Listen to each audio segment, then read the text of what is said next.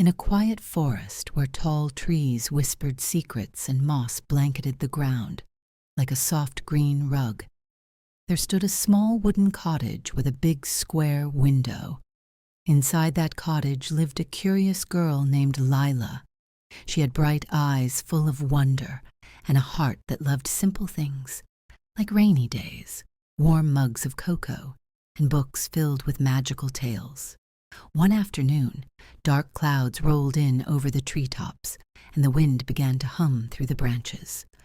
Rumble. A soft thunder growled in the sky.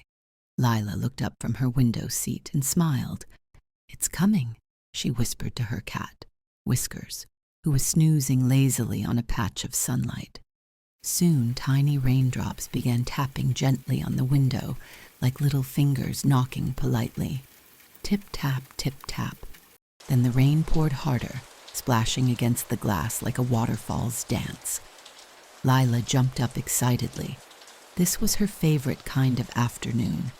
She lit a tall candle and turned on the little lamp by the window.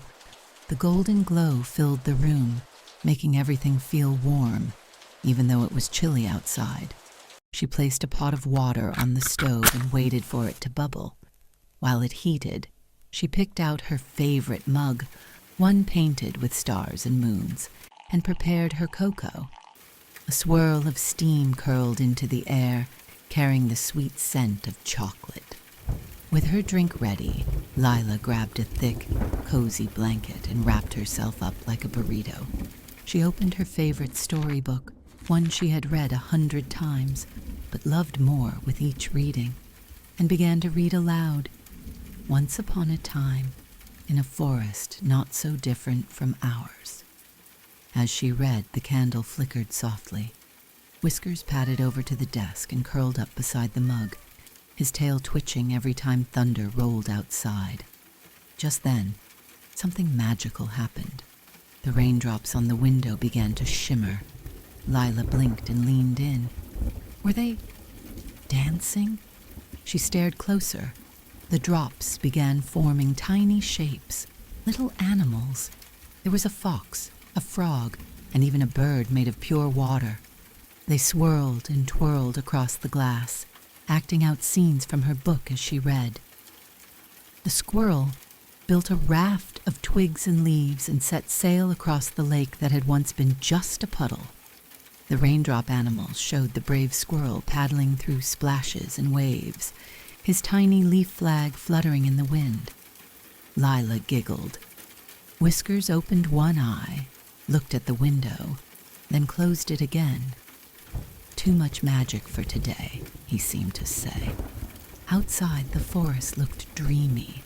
Leaves shimmered with droplets, and a tiny lamp hung from a tree branch glowed like a firefly's lantern. Even the plants on the windowsill leaned forward, as if they didn't want to miss the story. The thunder grumbled again, but not too loudly, like it was enjoying the tale too.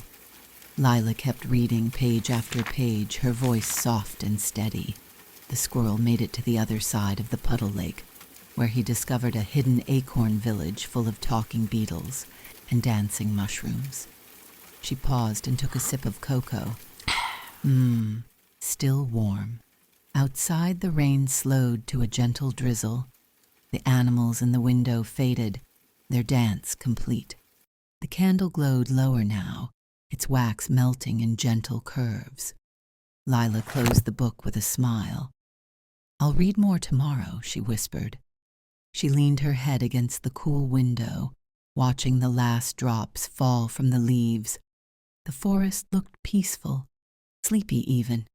Whiskers gave a small meow, stretched, and hopped onto her lap.